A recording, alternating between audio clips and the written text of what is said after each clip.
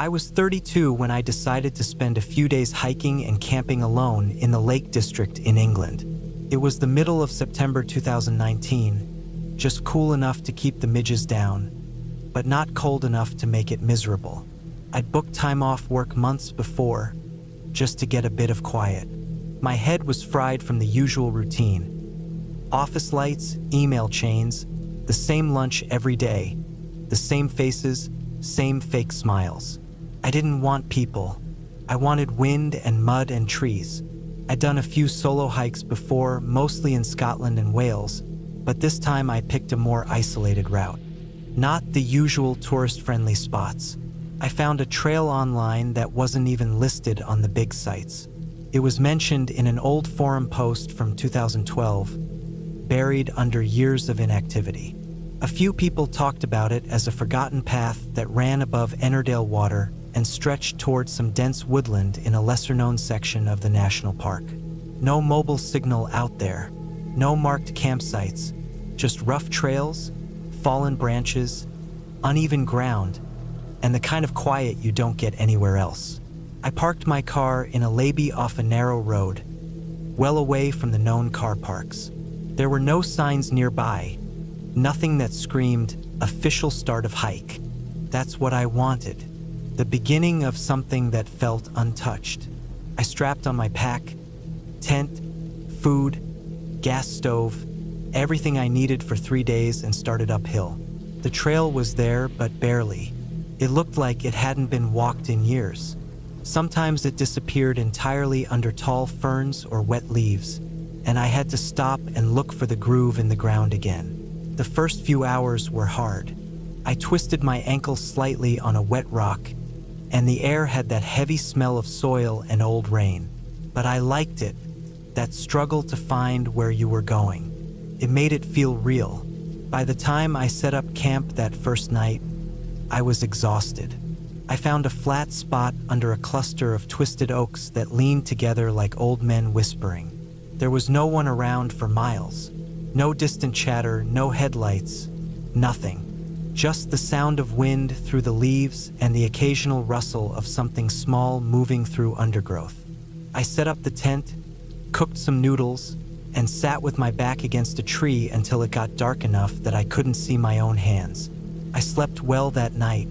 No dreams, just deep, heavy sleep like I'd melted into the ground.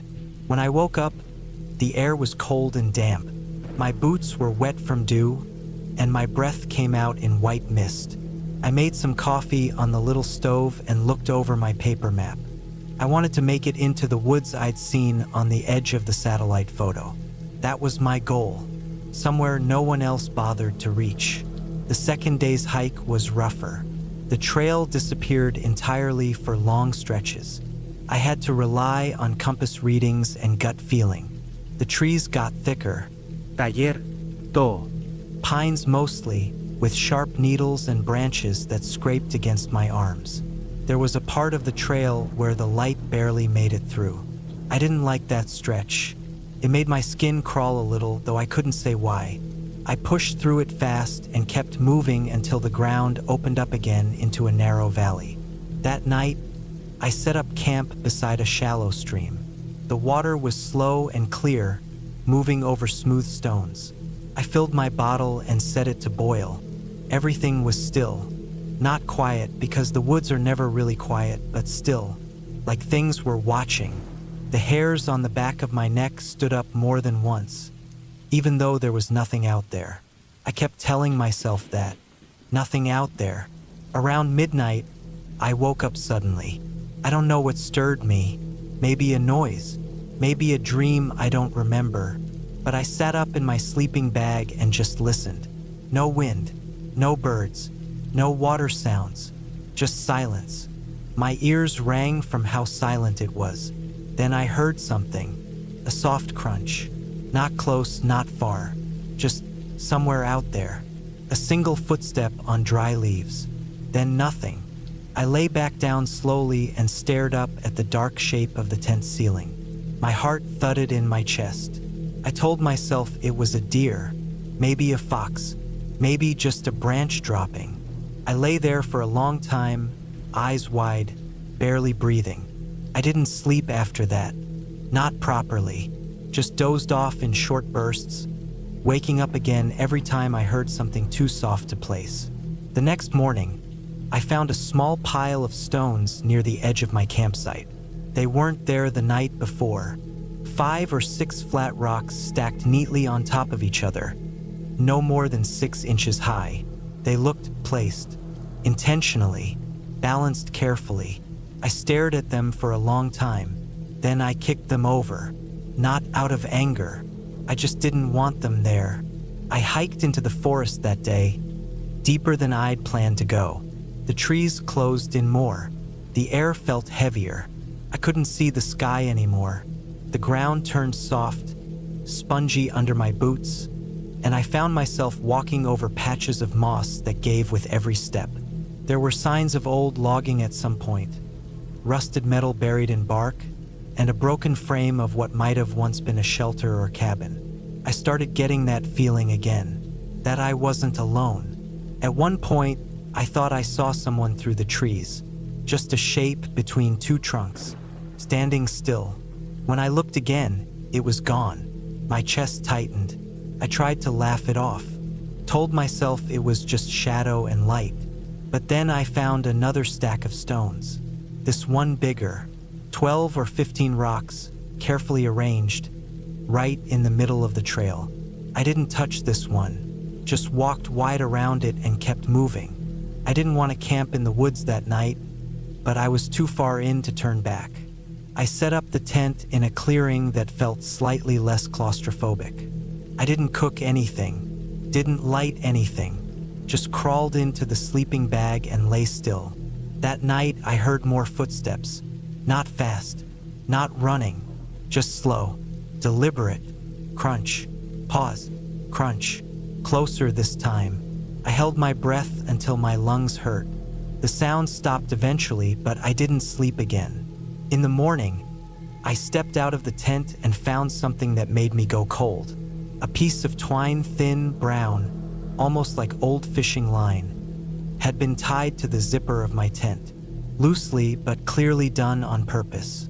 A loop, not a knot, just enough to show someone had touched it. I packed up immediately. No breakfast, no map checking. I just wanted out. But going back the way I came wasn't easy. The trail had changed, or maybe I'd just lost it. Everything looked the same. Same trees, same moss, same faint paths. I started moving faster, pushing through branches, sliding on roots. My ankle started to hurt again, worse than before. Then I saw him. There was a man standing about 20 meters ahead, just standing there, still as a statue. He was dressed in dark green, blending into the trees, but his skin stood out pale against the bark. His face was expressionless. He didn't say anything, didn't move, just watched me. I stopped, my breath caught in my throat. Then I turned and ran in the opposite direction. I didn't care about the trail anymore. I just ran. Branches slapped against my arms and face. My pack bounced hard on my back. I stumbled more than once but didn't stop. I ran until my legs gave out and I fell, chest heaving, onto a slope of ferns and wet grass. I lay there trying to listen. Nothing behind me, no footsteps, no voices, but I couldn't shake the feeling that he was still close. I pushed on in a different direction, kept moving until the trees started to thin and I could see light breaking through. I found a stream I didn't recognize and followed it downhill for hours. Eventually, I hit a gravel path. Not the one I came in on, but something man-made. I followed that, limping, for what felt like forever. Sometime late that evening, I reached a sheep farm. The old man who lived there took one look at me and opened the gate without saying a word. I must have looked rough, mud-caked, scratched up, wide-eyed like a cornered animal. He gave me water and let me use his landline to call for a taxi. I didn't explain anything. I couldn't find the words, and he didn't ask. I've never been back to that part of the Lake District. I don't even look at photos of it. I still have the map, though, the one I used. I've studied it more times than I can count, trying to figure out where I was, how I lost the trail, where that man could have come from. But I don't think it matters anymore. What matters is I trusted the woods too much. Thought I could handle whatever they held just because I had a compass and a tent. But some places don't care about your gear or your plans. They're wild in ways we've forgotten. And some people live in those places. They don't want to be found. And they don't want you there.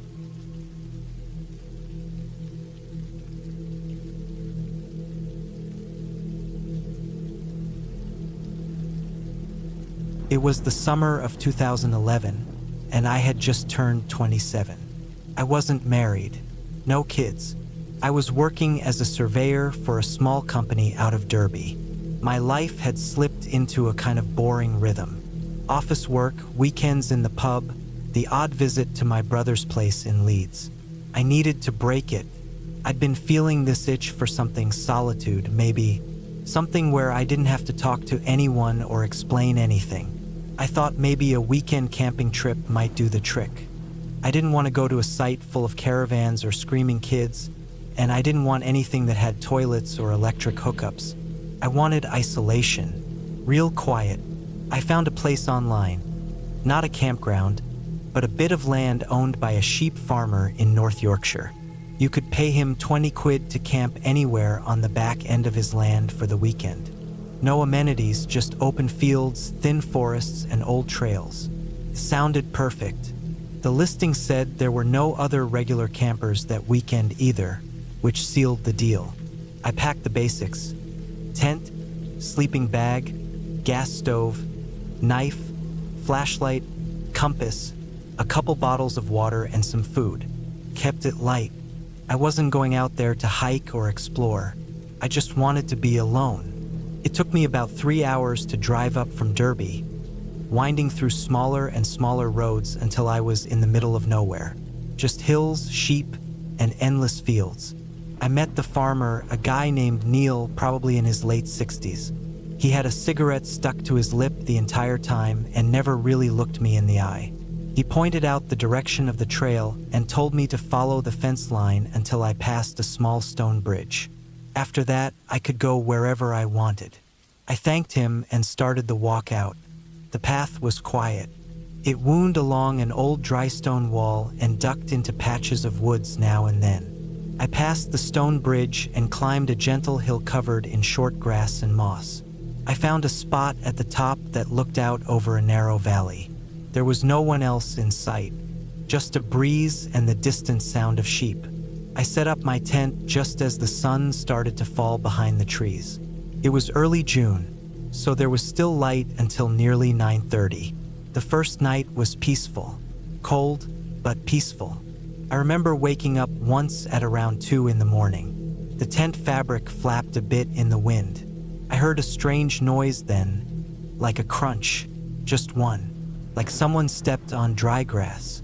Could have been a deer, maybe a sheep. I told myself that and went back to sleep. The next day was slow. I made coffee, walked around the edge of the forest nearby, and tried reading, but my mind kept drifting. I thought about work, about my brother, about how far away I felt from everything. At around 5 in the evening, the air got heavy. The clouds turned silver and flat. I figured I'd make a small fire and get ready for an early night. I had enough food, tinned beans, and a few protein bars. Nothing fancy. It was quiet. Too quiet, actually. I remember thinking that. It didn't feel right. There were no birds, no sheep, not even wind. I stood up, stretched my legs, and walked about 20 feet from the tent to relieve myself. I was looking down the slope of the hill into the trees when I saw something, or rather, someone. There was a man, standing at the edge of the forest. He wasn't moving, just standing there, facing up toward me. He was maybe 200 feet away, not far enough to mistake what I was seeing. He was wearing a dark coat, black or navy, I couldn't tell in the low light. His posture was strange, still, like too still. He didn't wave. He didn't shift his weight. He just stood there. I froze. I stared back, trying to work out what I was seeing. It didn't feel like someone out for a walk. There were no houses for miles, no public trails. He shouldn't have been there. And more than that, he made no move to show that he was normal. No call, no gesture, just blank, rigid watching. I slowly walked back to my tent, never turning my back on him. Once inside, I zipped it shut and sat still for a long time. I don't know what I expected. Maybe for him to come closer. Maybe for him to shout. Nothing happened. By the time the sun had fully gone, I peeked outside. The spot where he stood was empty now. The woods were dark. Still no wind. I felt like I should leave, but it was late, and the path back was narrow and rough. I told myself it might have been some local or someone lost, but I knew deep down that wasn't right. He wasn't lost. He was standing in a place where someone lost wouldn't stop. That night, I barely slept. I kept the flashlight in my hand the entire time. I must have sat up for hours, ears straining for the smallest sound. Every time a twig snapped outside, I jolted. I kept looking at the thin nylon of the tent and wondering if I'd see a silhouette. But the night passed, and when the sun rose, nothing had happened. I stepped outside slowly. The ground was damp with dew. I scanned the woods. No sign of anyone. No prints, no broken branches. I thought about packing up. I really did. But something made me stay. Maybe pride. Maybe stupidity. I told myself I'd leave if I saw anything else strange. I spent most of that day trying to relax. I hiked a bit deeper into the forest during the afternoon, just to keep my mind busy. I followed an old stone wall that ran down toward a stream.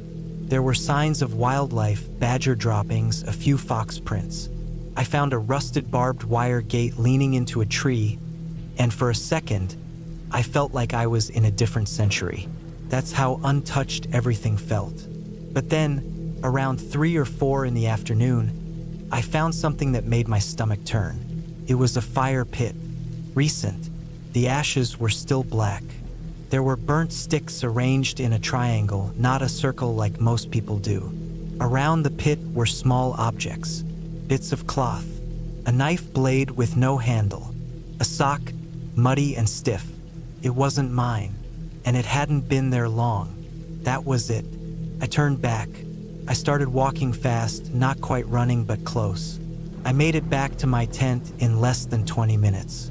I kept scanning the woods behind me the whole time. Back at camp, I started packing. Fast. I didn't care about order. I shoved everything into my bag.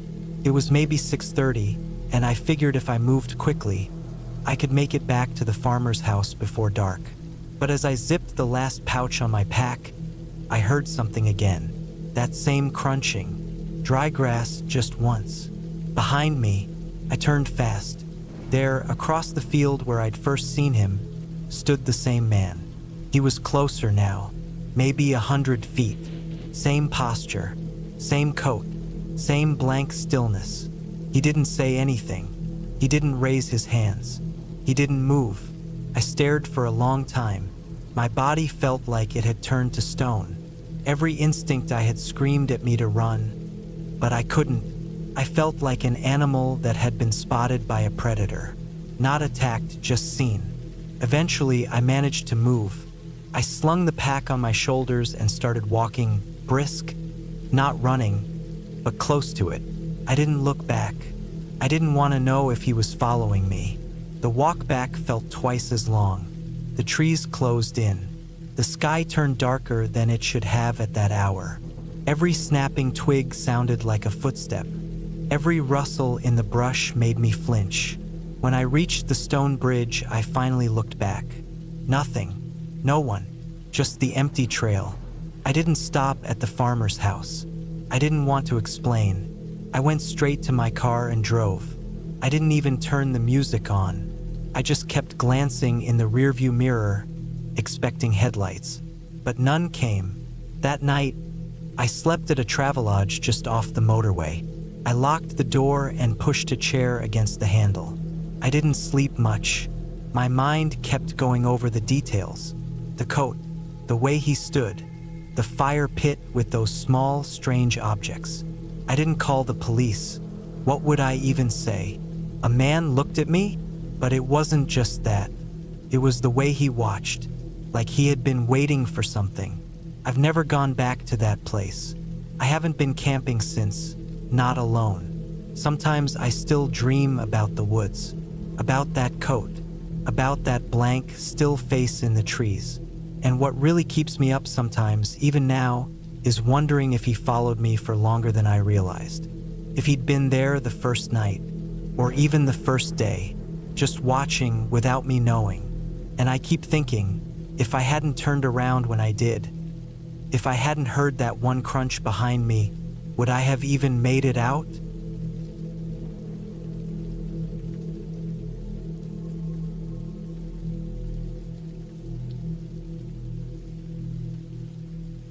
It was 2013, late October, when I went on that trip alone. I had just turned 33. I remember because my birthday was quiet that year, just me and a cake my sister dropped off at the house. I had been working too much. My head was always full of numbers and emails, and I was burning out fast. I needed air. Not a vacation, not a city, just space. I picked Ridge Hollow, a valley tucked into the hills in northern Arkansas. It wasn't anything special. Not a national park or a popular trail, just a long stretch of state forest no one really cared to talk about. That was what I wanted. I needed to get away from people, from work, from everything that buzzed and beeped. I packed light but careful, small tent, my old .22 rifle, some canned food, a few dry meals, and a flask of bourbon to take the edge off the cold. The forecast had called for rain, but I didn't care. I didn't want sun. I didn't want cheerful birds or warm breezes. I wanted to sit alone in a dark, wet forest and let my thoughts settle. I left my car at a pull-off that looked like no one had used it in years. The road was cracked, weeds in the middle. It was already muddy. I walked in about 3 miles downhill into the thick of the woods. The trees were losing their leaves, but enough remained to block most of the sky. I followed no marked trail, just deer paths and game tracks until I found a flat spot surrounded by pine and hickory. I set up camp right there. The air smelled wet and heavy. I liked it. By the time I got the tent up, the light was already fading. The clouds had rolled in thick and low, and the woods went dim quicker than usual. I got a small fire going with some deadfall I found, dried with a bit of fuel from my bottle. I ate beans from a can and a strip of dried meat, washing it down with a swig of bourbon. Then I sat, just sat, listening. The forest didn't make much noise that night. No birds. No wind, just the drip of water through the trees and the pop of my fire. It was peaceful in a way that didn't feel peaceful. The kind of silence that feels like something is holding its breath. Started raining just after I crawled into the tent. A soft drizzle at first, then a steady drumbeat. I laid there for a while on my back, listening to the drops on the nylon above me. I thought about work, about how no one even knew I was out here. No phone. No GPS. No signal. I didn't even leave a note. It was dumb in hindsight, but at the time, I didn't want anyone to know. I wanted to vanish for a while. I fell asleep to the rain. It was sometime after midnight when I woke up. No noise woke me, not at first. Just a feeling, a wrongness. I was cold, wet along my side where I'd rolled against the wall of the tent. I sat up, annoyed, and checked for leaks. There were none, but I still felt wet. Not soaked, just damp, like something in the air was thicker than it should have been. I unzipped the flap and looked outside. It was dark. Not the kind of dark you get in the city or even near a road. It was pitch black. I turned on my headlamp and scanned the trees. Rain still fell, soft but steady. Everything glistened. Nothing moved. Then I saw it. Not directly, just the feeling of it. A shape in the dark that didn't match the trees. My light didn't hit it square, but I knew something was there. Tall, thin, not animal. Too still. I blinked and leaned forward, wiping water from my eyes. The shape didn't move, but it was there, maybe 20 feet from the edge of my camp, just beyond the tree line. I couldn't see a face, no color, no details. Just that something was there that shouldn't have been. I stared for maybe a full minute. My breath caught in my throat, and I remember not wanting to make any sound. I didn't even reach for my rifle right away. I just watched, waiting. Then it moved. It didn't walk or run. It shifted, like someone leaning slowly to one side, then back. A gentle sway, almost like it was checking me out from a distance. I finally reached for my rifle, my fingers numb from the cold. I pulled it into my lap, trying not to breathe too loud. I aimed the beam of my headlamp straight at the spot again. Nothing. Empty trees. No shape. No figure. I blinked hard, trying to focus. I thought maybe the rain had tricked my eyes, but the feeling didn't go away. That weight, that pressure in the air. I sat like that for maybe 10 minutes, soaked through, holding my rifle, staring into the dark. Then I heard the crunch. It wasn't close, maybe 30 feet off to the right. A footstep, one, slow and solid, on wet leaves. I swung the light toward it, heart racing. Nothing, just trees. Then another, to the left this time, closer. That was when I stood up. I didn't want to move. I didn't want to run. But I couldn't stay frozen. I stepped out into the rain, the cold hitting me like ice. My boots sank in the wet ground. I turned in circles, flashlight scanning. My tent behind me, rifle in my hands, rain in my eyes. I didn't yell out, didn't say a word, just listened, and then all of it stopped. No more footsteps, no movement, nothing but rain and breathing. I stood for what felt like forever, and finally, I backed into the tent again and zipped it up. I didn't sleep. I laid there in my damp sleeping bag, my rifle on my chest, listening to the rain and the occasional crack of a branch or shift in the wind. I told myself it was probably an animal, a deer, a bear maybe, but it didn't feel like it. No grunts, nos nortes, no ouves. Just footfalls. Slow, intentional. Morning didn't come easy. The sky just turned a lighter shade of gray. I got up stiff and tired, packed my things, and didn't bother cooking. I wanted out. I didn't take the same trail I came in on. I wanted to loop around, not pass through the same spot where I'd seen the shape. I climbed uphill through thick brush, soaked to my knees, slipping in mud. My hands were scratched from pushing through branches. But I didn't stop. I felt watched the entire way. I reached the ridgeline just after noon. My plan was to follow it north until it curved back toward the road. It would take longer, but I didn't care. That's when I saw the second camp. It was maybe 50 yards off the ridge, down in a hollow behind a screen of trees. No tent. Just a tarp strung between two pines, and under it, a pile of blankets and gear. Old gear, faded, mismatched. I saw empty cans. A rusta pot. A camp chair, no sign of a fire, and no person. I crouched behind a tree and watched. There was something about it that looked wrong. Not just abandoned, lived in, but wrong. Trash scattered, tools laying in odd places. No clear sign someone had tried to leave. It looked like someone had just stepped away and never came back. I didn't go down to check. I didn't want to be seen. I turned and hiked fast the rest of the way. I didn't stop until I saw the glint of my car in the distance through the trees. When I reached it, there was mud on the hood, just streaks. Thin, dirty trails like someone had brushed their hand across it. The rest of the car was clean, just rainwater. But that mud was fresh. I stared at it for a long time before unlocking the door. I drove back to the highway with the windows down, letting the cold wind keep me alert. My heart didn't stop pounding until I hit cell service an hour later. I never reported anything. What would I say? That I saw a shape in the woods? Heard footsteps? Found a strange camp? It wouldn't matter. No one would look. No one would care. I've been camping since, but I've never gone back to Ridge Hollow. I never even looked it up again. That place didn't feel empty. Felt like it was waiting, like someone lived out there, watching. I don't know who they were or why they didn't come closer, but I'll never forget that night, standing in the rain, flashlight shaking, staring into the trees at something that stared back.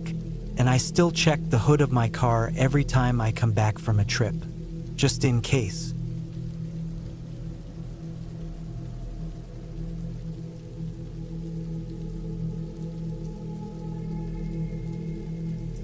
It was October 2014 when I finally took some time off and went on a solo hunting trip up in northwestern Wyoming, near the Shoshone National Forest. I just turned 39, divorced 2 years earlier, and honestly needed some time to clear my head. I've been meaning to do this for a while. I grew up in Montana and had done a fair share of hunting with my dad when I was younger, but after moving to Colorado for work, the trips became fewer and fewer. That fall, I got a long weekend and decided to head out by myself. I'd heard from a guy at work about a stretch of forest off a dirt road past Du Bois where elk sightings had been common. I wasn't looking for anything too dramatic. I just wanted to be alone for a few days, breathe in the cold mountain air, maybe get lucky and bag something, or just sit by a fire and forget about my job, my rent, and my life for a while. I packed light but careful. My Remington 700, enough ammo, tent, thermal sleeping bag, jet boil for coffee and meals, a small axe, headlamp, flares, topo maps, and GPS. I brought enough food for 4 days but planned on staying 3 at most. I made sure to tell my brother Mark where I was going and left him a general area on a printed map, just in case. It wasn't a spot with cell coverage, but I carried a whistle and flare just for safety. I left my truck parked off a dirt access road, far enough into the woods that no one could see it unless they were looking. From there, I hiked about 5 miles through thick pine and scattered birch, eventually finding a small clearing halfway up a ridgeline with a decent view of the valley below. I set up camp there. It was far enough from any trails and high enough that I could scout without having to move every hour. By nightfall, the air had dropped to the low 30s. Felt perfect, crisp, quiet, and cold in that sharp, honest way that only the forest can be. I made a small fire using dry pine I split earlier, sat there sipping black instant coffee, and watched the shadows stretch across the valley like black ink in water. I turned in around 9:30, crawled into the tent, zipped myself up, and let the forest lull me to sleep. The first night was uneventful, just distant howls, wind creaking through trees, and the occasional snap of a twig far off. Nothing I hadn't heard before, but something still sat wrong in my gut. Not in a dramatic way, just that subtle, dull pressure you feel when your body knows something before your brain does. I ignored it, wrote it off as nerves from being alone. The next morning, I made oatmeal, packed some jerky, and headed further up the ridge with my rifle slung over my shoulder. There were signs of elk, fresh droppings, scraped bark, prints, but nothing recent. I tracked along a dry creek bed for most of the morning, stopping every so often to glass the slopes, but saw nothing but squirrels and a hawk overhead. I turned back around mid-afternoon. As I made my way back toward camp, maybe half a mile out, I noticed something odd. A boot print, not mine, a size or two smaller and a completely different tread. I crouched to get a better look. It was fresh, maybe a few hours old.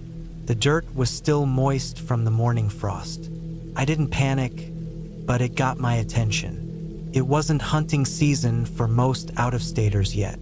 Whoever it was either had special tags or wasn't supposed to be there. I scanned the trees but saw no one. No sound either. I figured it might be another hunter or someone hiking off-trail. Still, the woods weren't exactly popular out that far. Back at camp, everything looked untouched. I circled it once just to be sure. No signs of disturbance, The fire pit was as I'd left it. My food was tied up in a bare bag about 30 feet up a pine, still swinging gently in the breeze. I spent the rest of the evening sharpening my knife and reading a dog-eared paperback by headlamp. Around midnight, I woke up to a sound.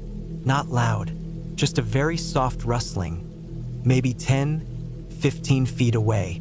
It wasn't wind. It was deliberate, methodical, like someone placing their feet slowly through dry needles. I laid there frozen, listening. My rifle was beside me, safety off, round-chambered. I stayed like that for what felt like half an hour, but the sound stopped after maybe 3 or 4 minutes. I never saw a light or shadow.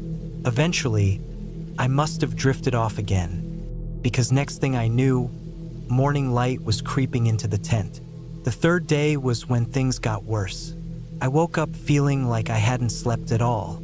My head was foggy.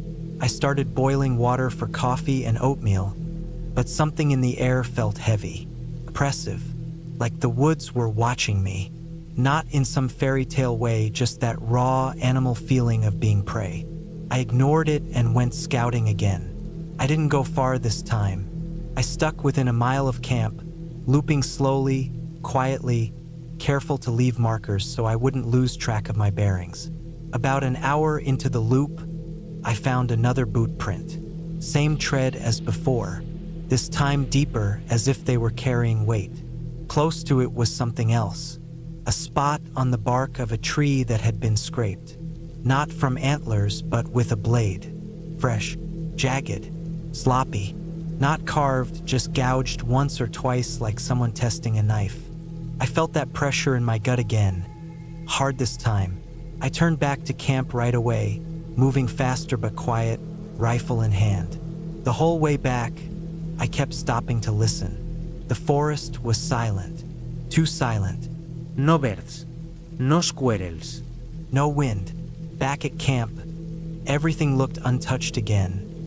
But this time I noticed something I hadn't before. One of the stakes on my tent was loose. Not ripped out or snapped. Just eased out slightly, like someone had been gentle with it. I didn't sleep that night. I sat by the fire with the rifle across my lap until it burned down to coals. Every time I thought I heard something, I'd turn off the headlamp and wait.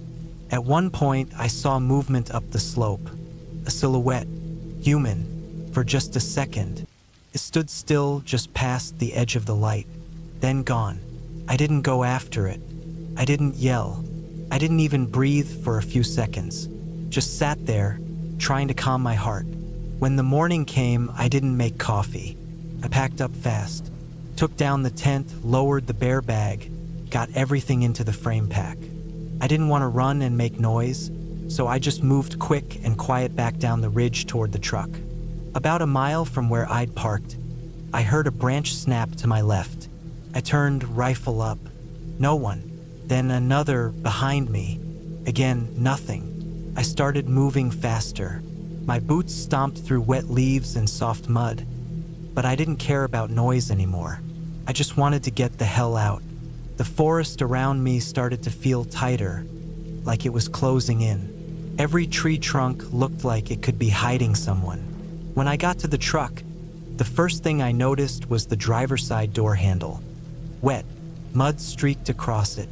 Same on the rear bumper, like someone with muddy hands had gripped it. I unlocked it, tossed my gear inside, slammed the door, and started the engine. I didn't even take off my pack. I drove 10 miles before pulling over and throwing up into the ditch. Back in town, I found a gas station, cleaned up, got a bottle of water, and sat there in the parking lot for a long time with the doors locked. I didn't call the cops. I didn't report anything. I didn't have a name, face, or any real crime to give them. Just a bad feeling and some muddy fingerprints. I never went back to that spot. Hell, I didn't camp alone again for years.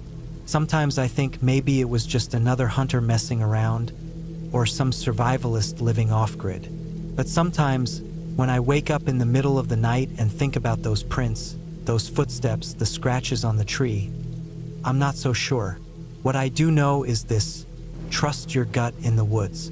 It knows what your eyes haven't seen yet. And never, ever ignore the silence. Because sometimes, silence means something's waiting.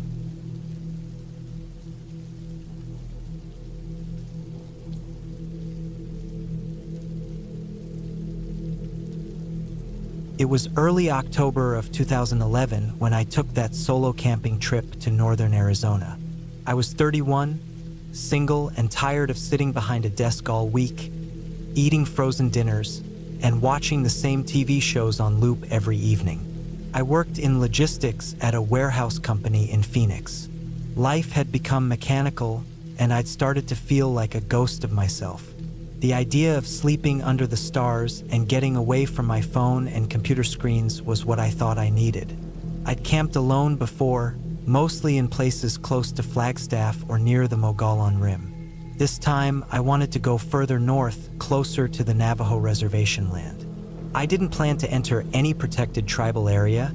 I wasn't stupid, but I'd read online about some little-used spots in the Coconino National Forest, past a small town called Cameron. Sparse trees, rocky cliffs, endless mesas. It looked quiet and empty, exactly what I was craving. I loaded up my old 2002 Toyota Tacoma with all my gear: tent, sleeping bag, propane stove, a small cooler with sandwich supplies, a few cans of chili, my camp chair, flashlight, extra batteries, water containers, and a full tank of gas. I'd brought along a basic first aid kit and a handheld GPS, which I'd borrowed from a friend a week earlier. I wasn't exactly Bear Grylls, but I knew how to set up a tent and read a map. I also made sure to let someone know where I was going, my older brother back in Tucson. I gave him the general coordinates and told him I'd be back in 4 days. I set off on a Wednesday morning. It was cool for Arizona standards, maybe 60 degrees that day, and a little overcast.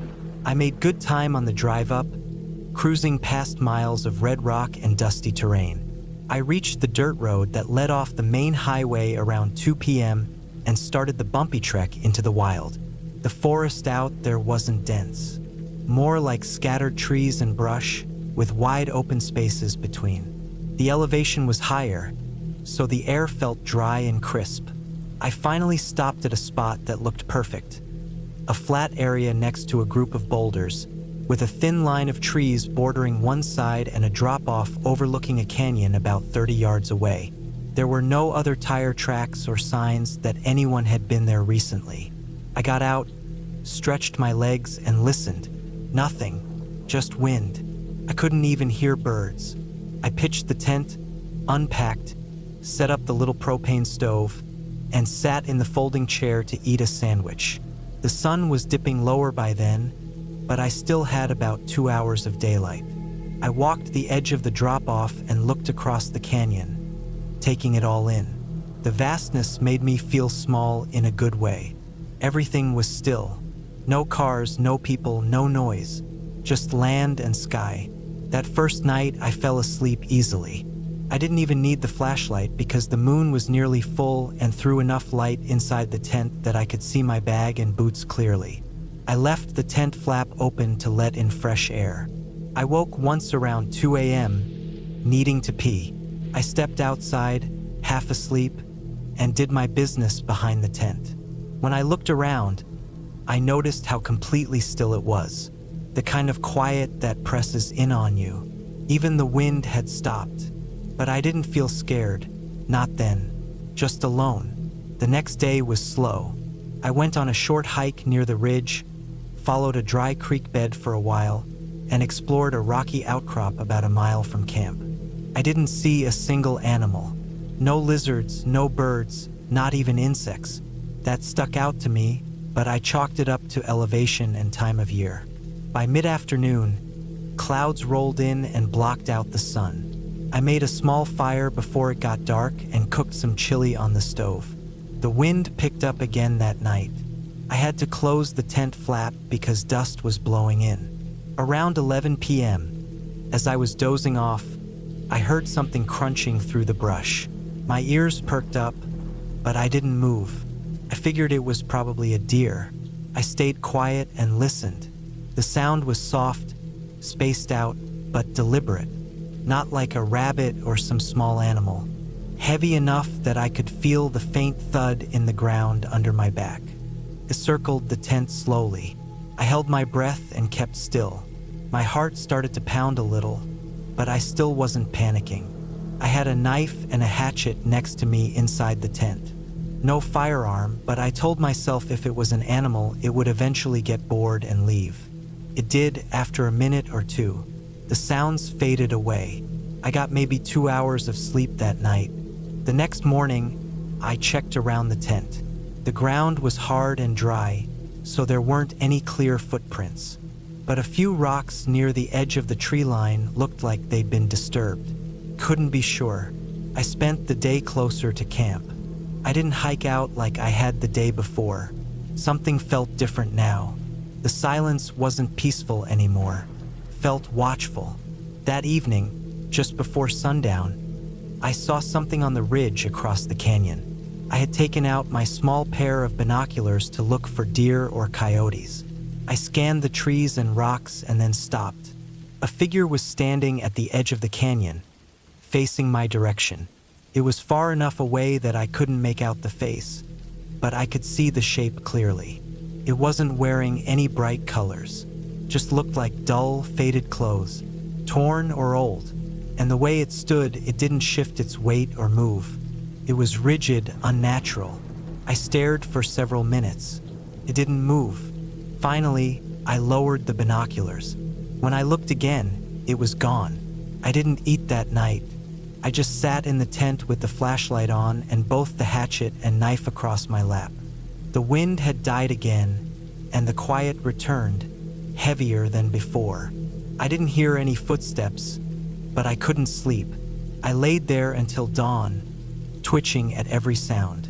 Leaves crunching, small rocks falling. Day 3 was when things got worse. I was considering packing up and heading back early, but I felt stupid, like I was letting my imagination get the better of me. So I stayed, but I didn't go far from camp. Around noon, I heard a strange clicking sound from the direction of the tree line. It wasn't an animal noise, more like someone snapping their tongue or tapping 2 stones together. I walked a few yards toward it, but it stopped as soon as I moved. I waited. Nothing. The rest of the afternoon passed in a haze. I was no longer enjoying any part of the trip. I felt watched every second. That night, as I lay in the tent trying to rest, I heard the crunching again. This time, it didn't circle. It approached slowly from behind the boulders. I sat up, heart thudding, and turned off the flashlight. I didn't want to be seen. I stayed completely still, trying to slow my breathing. The steps were slow, spaced out, not rushing, not hiding either, just deliberate. Then I heard something exhale, long and low, like someone blowing through their nose right outside the tent. I didn't move, couldn't. I felt frozen. I waited in the dark for what felt like an hour. Then the breathing stopped and the steps moved away. But I didn't sleep at all. I watched the fabric of the tent for any movement, straining my ears so hard they started ringing. The next morning, I snapped. I packed everything as fast as I could. The tent poles barely fit in the bag. I left a couple of food wrappers behind. I didn't care. I threw everything in the truck and peeled out onto the dirt road, tires skidding on the loose gravel. My hands were shaking the entire time. I'd driven maybe a mile when I had to stop. A figure stood in the middle of the road. It was the same shape I'd seen on the ridge. I slammed the brakes and skidded to a stop. The truck rocked slightly. The thing didn't move. It didn't flinch. I could see it more clearly now. Its body looked human, but not quite. Too thin, limbs too long. Its clothes looked like they'd been stitched together from old rags. Its skin, from what I could see on the arms, was stretched tight and pale. But what hit me the hardest was the smell. Even from inside the truck, I could smell it, rotting meat and wet fur. I backed up, drove around it. My tires bounced over the edge of the road as I swerved past. I didn't look back.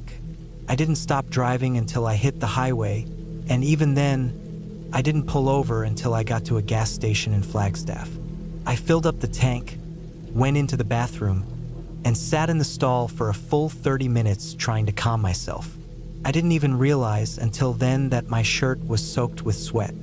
I made it home just after sunset. I dumped all my gear in the garage and locked every door in my apartment. I didn't sleep that night either.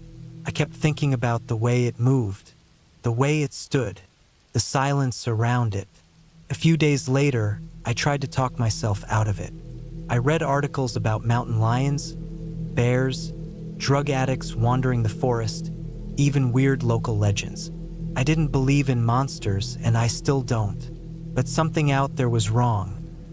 Not fantasy, not a ghost, just wrong.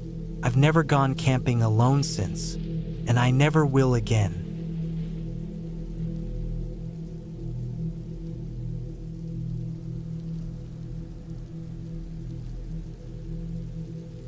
I was 35 when I finally made the drive back down to southern Alabama, near the Kanaka National Forest. It was late October 2016. The leaves had just started turning and the air had that crisp bite to it. I remember thinking it was the perfect time to camp. Cool enough for a fire, warm enough to sleep outside without freezing. I had some time off from my job as a warehouse manager up in Tennessee. The last few months had been hell. Long hours, constant pressure, my relationship falling apart quietly in the background. I needed a break from screens, phones, and the same tired routine. So, I loaded up my Tacoma with my tent, gear, cooler, and headed south. There was a spot near a creek I hadn't visited since I was a teenager. My uncle had brought me and my cousin there once when we were about 15. Back then, it had felt like the middle of nowhere, and it still did when I pulled off the narrow forest road 2 decades later. The trail down to the campsite was more overgrown than I remembered. I had to walk in the last half mile, weaving between pine trunks and ducking under hanging branches. The ground was soft with pine needles, the air still and quiet in a way I hadn't felt in years. It was that kind of deep silence where you hear your own breathing too well. When I finally reached the clearing beside the creek, it was just how I remembered it. Flat, shaded, a good 20 yards from the water's edge. The forest bent inward on all sides like it was sheltering the spot. I pitched my tent in the same place we had years ago, facing the creek. The sound of water moving over rocks was faint but steady. Felt right. I built a small fire before sunset, grilled a couple of hot dogs, and had a beer while sitting on a folding chair, staring into the flames. There was no cell service out there, and I hadn't told anyone the exact location, just that I was going camping down south. That thought only crossed my mind briefly at the time, not as a warning but more as a satisfying little fact. No one could bother me. No one would find me unless they really tried. That first night was uneventful. I slept okay, even with the occasional raccoon or a possum rustling around. Morning light filtered through the trees and I got up early to boil water for instant coffee. My boots were damp from the dew, and my hands were stiff in the cold, but I didn't mind. I felt more awake than I had in months. I spent the day walking the surrounding woods. I followed the creek upstream for about an hour, stopping now and then to skip stones, look at tracks in the mud, or just listen. The stillness was almost unnatural at times. I passed a few deer prints, saw some rabbit droppings, nothing out of the ordinary. But about 2 miles up, I came across something I hadn't expected. A small hunting blind, built low into a thick patch of brush. It was old. The camo netting on top had faded and torn, and the plywood underneath had started to rot. There were empty beer cans inside, rusted and caked with dirt. A few shell casings lay scattered in the leaves around it. I didn't think too much about it at first. People hunt out here all the time. It just felt strange to see it so deep in the forest, hidden so well. I turned back after that. Got back to camp just after noon and made some lunch. Spent the rest of the day reading and throwing twigs into the fire pit. But something about the blind stayed in my head. Not just the fact that it was there, but how carefully it had been hidden, like someone hadn't wanted it found easily. That night, after the fire died down, I crawled into the tent and zipped it up tight. I had my small flashlight and my knife beside me, like always, just habit. The creek gurgled softly outside. The air smelled like wet leaves and pine sap, but I couldn't sleep. I lay there listening, every sound making me lift my head. A snapping branch, a sudden gust of wind, and then around midnight, I heard footsteps. Not the scuttling kind from a raccoon, not the heavy, direct kind of a deer. These were slow, crunching footsteps that started near the creek and moved deliberately across the clearing. I froze, my ears strained against the silence. I couldn't see anything through the tent fabric, and I didn't dare unzip it. The steps got closer, then stopped, and then nothing. I didn't sleep for the rest of the night. I lay there, barely breathing, gripping my knife, ears tuned for any more sounds. But it never came back, just the same silence. Sometime before dawn, I must have drifted off. When I stepped out in the morning, the clearing looked exactly the same. No obvious footprints. No broken branches, but something felt off. My folding chair was on its side. I was sure I hadn't left it that way. The firewood I'd stacked up was scattered, too. Not in a messy animal way, just like someone had moved it, looked through it. I told myself it had been a raccoon, maybe a bear. That's what I wanted to believe. But something deeper in me said otherwise. I considered packing up, but I didn't. I told myself I was being paranoid. I went on another hike, this time sticking to the immediate area. I didn't go near the blind again. I stayed closer to camp, building the fire bigger that evening, leaving it burning longer. I didn't want the dark to creep in too close, but the second night was worse. Started the same quiet, cold, calm. But around 1 a.m., I heard it again. Footsteps, this time from the trees behind my tent. Crunch, pause, crunch. It circled. I held my breath, heart pounding. The steps stopped and started again. Then I heard something scrape lightly against the side of the tent. Just once, a dragging sound like a stick or a finger. I stayed motionless for what felt like hours. I didn't open the flap. I didn't call out. I didn't move. Eventually, it left. At sunrise, I got up and walked the perimeter of the campsite. That's when I found the dead squirrel. It had been laid on top of my cooler. His body was whole, but its neck had been snapped. And it was placed there purposefully, like a message. That's when I packed. Fast. I didn't even bother with the fire pit or folding up the tent. I threw everything into the bed of the truck and got the hell out of there. But I didn't drive straight back. I stopped by the local ranger station on the edge of the forest, near Andalusia. I didn't expect them to believe me, and I didn't tell them everything. I just asked if anyone else had reported strange activity near the creek off County Road 11. The ranger on duty looked at me for a moment, then shrugged. That land's not part of the park. It's private beyond that trail. Belongs to some old family. Don't think they live out there anymore, though. That was all he said. I didn't ask more. I just nodded and left. But I looked it up later, when I got back home. That patch of land had once belonged to a man named Curtis Delro. He'd been arrested in the early 90s for some kind of survivalist militia activity, stockpiling weapons, running illegal hunts on his land, and rumored connections to more violent things. Nothing was ever proven beyond the weapons charges, and he died in 2004. But apparently, his sons had stayed off-grid in that area for years. No power, no running water, no contact with outsiders. I haven't been back since. I still have dreams about that second night, about someone circling the tent, about that dead squirrel on the cooler. I keep thinking how easy it would have been for someone to do more than just leave a message. I keep thinking about how lucky I was that they didn't. That place isn't part of any park. It doesn't have cameras or patrols or even signs. It's just woods and water and silence.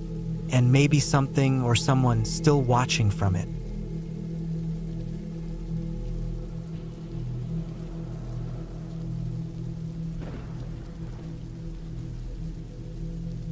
It was the summer of 2011, and I was 26 at the time.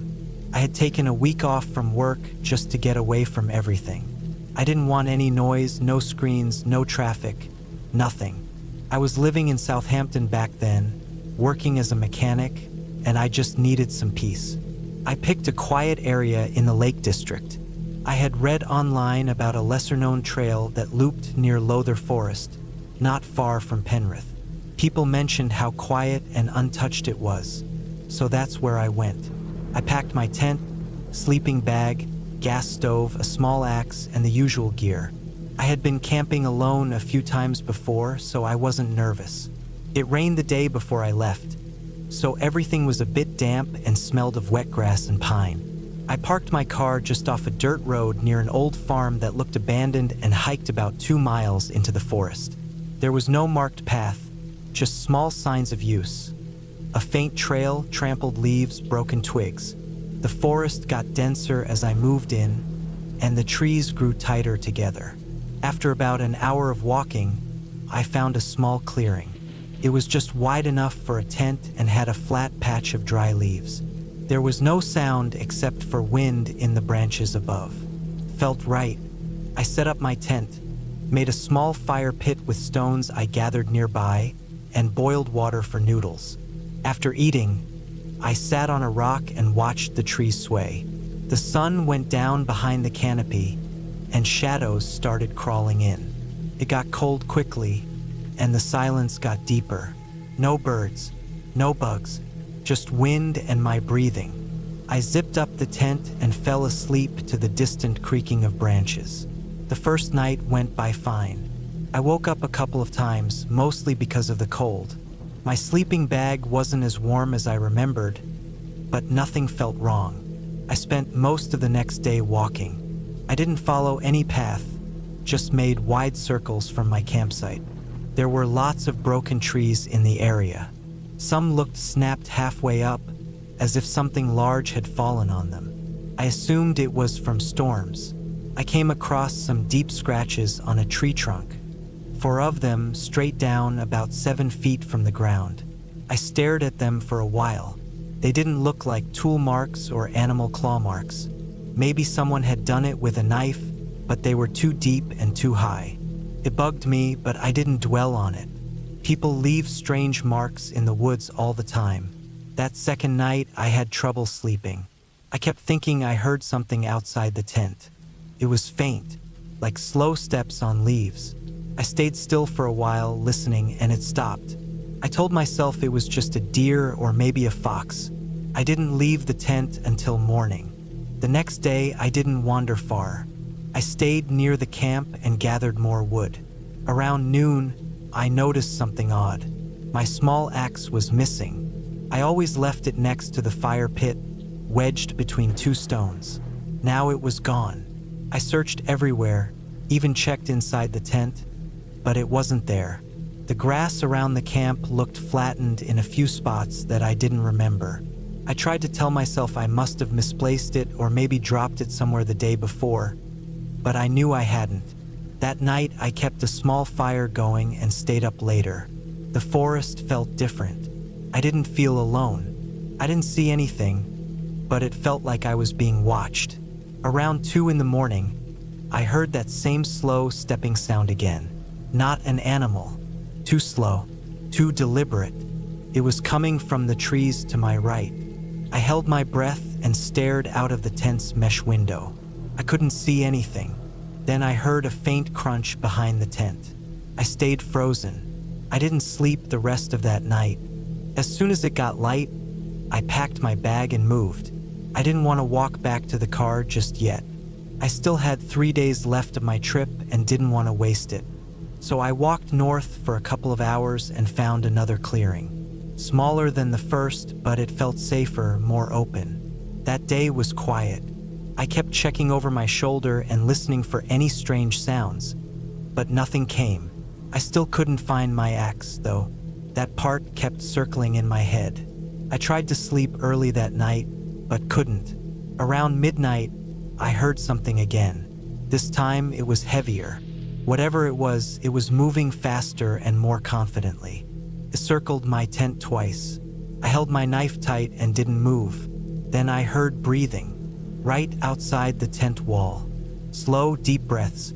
I wanted to yell or jump out, but I was frozen. I stared at the tent fabric, waiting to see a shape or a hand press against it, but nothing touched it. After maybe a minute, it moved off. The next morning, I was done. I didn't care if it cut my trip short. I packed everything and started walking south, toward the car. I didn't stop. I didn't eat. I just kept walking. About an hour from the road, I noticed something strange in the dirt. Footprints. Not boot prints like mine. Bare feet. Large. Wide toes. They weren't fresh, maybe a day or two old, but they followed the same trail I was on. I stopped and scanned the trees around me. Nothing moved, but the feeling came back. That crawling sensation on the back of my neck. When I reached my car, I unlocked it and threw everything in the back seat. I didn't check anything. I just drove. I didn't stop until I hit the motorway. A week later, I talked to a friend who used to work in the forestry service. I didn't tell him everything, just mentioned I had been camping in Loather Forest and asked if it was normal to feel like someone was out there. He paused and said that area had been the subject of complaints in the past. People saying they heard strange noises or saw someone watching them. But no one had ever reported anything serious. I still think about that missing axe, and the footprints, and the breathing. There are people out there who live off-grid, who stay deep in forests and never want to be found. I think I crossed into someone's territory, someone who didn't like it. I haven't been camping alone since.